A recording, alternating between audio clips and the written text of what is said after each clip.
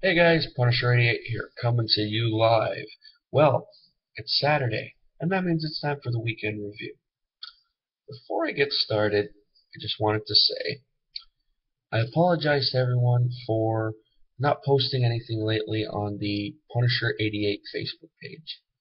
Um, the reason for that is I've just been so busy lately that I just haven't had a chance to post anything. But don't worry, I promise starting next week to be a little more consistent with posting options for you guys to vote on for both the Thursday and the weekend review. So, for today, like with the past couple weeks, I just picked a book at random and I'm going with it. So, for today's book, I decided to go with a team up story since I've never really done one before. I don't count the Justice Incorporated book I reviewed as a team up, but more of a origin-ish type of story. I don't count the Teen Titans book I reviewed as a team up because they're already a group of their own. And I don't count the Secret Origins books I review as a team up because they are what the title says. They're a book of mini stories of the origins of individual characters. So, I'm sure you guys are wondering now, what book am I reviewing today? Excuse me. Well, I'll show you. Today I'm reviewing The Brave and the Bold, issue number 195, starring Batman and iVampire.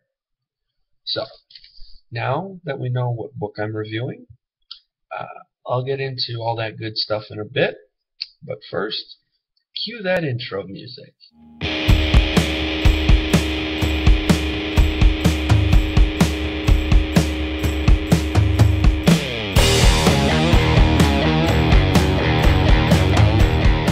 Hey guys, welcome back. So as I mentioned in my intro, today I'm covering The Brave and the Bold, issue number 195, starring Batman and iVampire. So let's get to it. Now, for those of you who watch my reviews, thank you. You guys would know that I like to start with the cover first. So let's check it out. Now, yes, you guys can say it. I love this cover. Why? Not because it looks like Batman and iVampire want to tear each other apart. I like this cover because I like the colors they use. I like how the background is this orange color and how it makes all this blue and yellow really pop out at you, you know? I really like when the old comics use a lot of bright, vibrant colors. So, kind of that, feast for the eyes deal. I like that stuff. So anyway, right off the bat, cover, thumbs up. The artwork, thumbs up. I love Jim Apato's Batman stuff. I know he's done Batman for a long time, and all the Batman stuff I've seen him do, I like it. So artwork, thumbs up. The story, really good. Basically, you have iVampire goes to Gotham City, and because he's hunting down his ex-lover, and in the process, he reads that there's been this string of murders going on in Gotham City, and all the people who are dying from vampire bites. So right away, he gets this suspicion that his ex-lover is like the mastermind behind it. So he decides to check it out. So he goes to hunt her down. Then the Batman side of the story is he's contacted by a Gotham mob boss to help his daughter because his daughter's dying from a vampire bite, and he wants Batman to help him out. So Batman comes to see him, and he's like, "Why should I help you?" and everything. And this mobster's like, "You're the best detective around. I figured with your know-how and everything, you'd be able to find out who it is as well as find a cure for my daughter. So Batman's like, well, why should I help you for? So this mob guy, his name's Mr. Hodges, tells Batman, if you help, I'll give you this file on um, Johnny Gunnarsson, who is a another mob guy that Batman's been trying to hunt down for a while. So, and he goes by the name Johnny the Gun. I know it's cliche, but just go with it. So Batman's like, okay, I'll help you out. So he leaves, and as he's leaving, there's a nurse at Mr. Hodges' house who overhears the whole conversation, and we find out she's a snitch, and she phone calls Johnny the Gun to let him know that Batman's coming after him. So, and then the next scene leads to Batman and iVampire eventually meeting up. Now, you know it's not going to be an easy, happy-go-lucky, hunky-dory type of scene where they just meet up and they're like, oh, hey, hi, Batman, It's not going to be like that. And sure enough, both characters end up at this club called Club Dracula. And while there, this big fight breaks out. iVampire gets involved because some of the vampires at this club sense him out, and they don't like him there. So they decide to try and rough him up. And Batman's there because he hears some of Johnny the Gun's men like to hang out there. And, well, anyway, it's discovered that it's Batman in disguise, and the guys decide to try and beat him up because they don't like him there. So anyway, now this big fight breaks out, and there's people flying left and right and everything. And finally, it ends up with being Batman and iVampire being the last two guys standing. So right now you think that they're going to square off and start putting the boots to each other, But what happens is Batman goes after him, after iVampire, and iVampire just looks at him and he goes, wait. He goes, do you really think that I would be attacking my own kind if I wasn't, a good guy or whatever? He goes, wait, I could help you and everything. So Batman stops and he's like, you got a point. So then they start talking and everything, and he explains to him why he's in Gotham, blah, blah, blah. So then finally, as gratitude to Batman for saving his behind, he goes along with Batman to try and find this Johnny the Gun guy. So they end up going to Johnny the Gun's hideout. And when they bust in, they find Johnny the Gun, and they find iVampire's ex-lover. So iVampire goes after her, Batman goes after Johnny the Gun. In the process, we find out that Johnny the Gun has been turned into a vampire, and now he's going off on, me and my lover, we're going to rule the world, no one can stop us, and all this stuff. So Batman basically has enough, and he rams a stake through Johnny the Gun's heart. Well, as he does this, Johnny the Gun pulls a gun on Batman. Now it flashes to iVampire and his ex-lover's little quarrel they're having. And so iVampire decides to try and end it fast, pulls out a bottle of holy water and goes to throw it on her.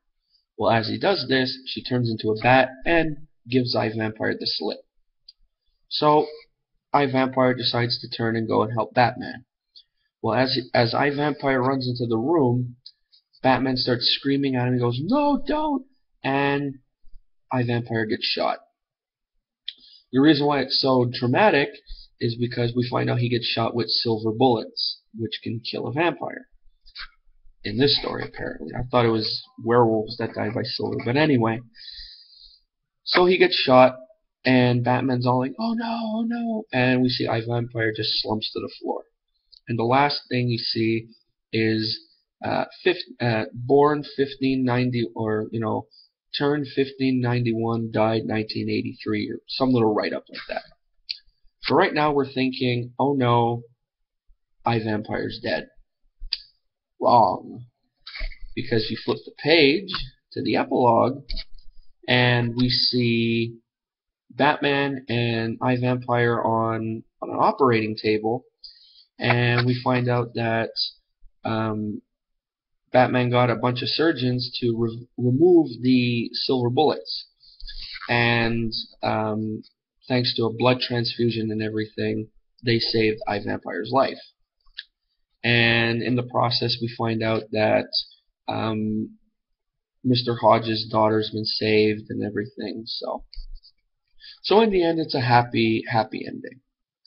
Then the very last page of the book, we see iVampire flying away. And before he flies away, he goes, "On this day, I have made a new ally, and perhaps I've made a new friend." And that's the end.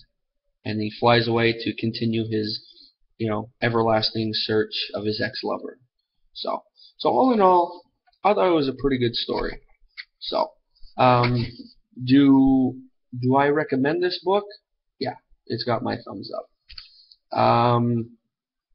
Also, if you guys can find this book, I don't know how rare it is or anything. I picked this up last week at ToyCon from a vendor store called Key Issue Comics. They basically had a bunch of long boxes set up, and they were like $3 a piece. So I paid $3 for this, and they had a lot of good stuff. And if you guys are interested in checking them out, I'll leave a link in the description to their Facebook page, and you guys could check them out and everything. So yeah, they're nice guys too, really friendly. So, and but yeah, if you guys could find this book, depending on if your shop sells back issues and stuff, pick it up. If you guys can find a digital copy of it, give it a read. I think it's really good. From what I see, a lot of the old Brave and the Bold stuff is really cool. What else? Goods and bads. So far, after reading this, all good. And I like it because, well, like I said at the beginning, great cover, great artwork, great story. So good writing. And bad, I couldn't really find a bad part. Even a so-so part, I liked the story. So I thought it was good. So let's see what else.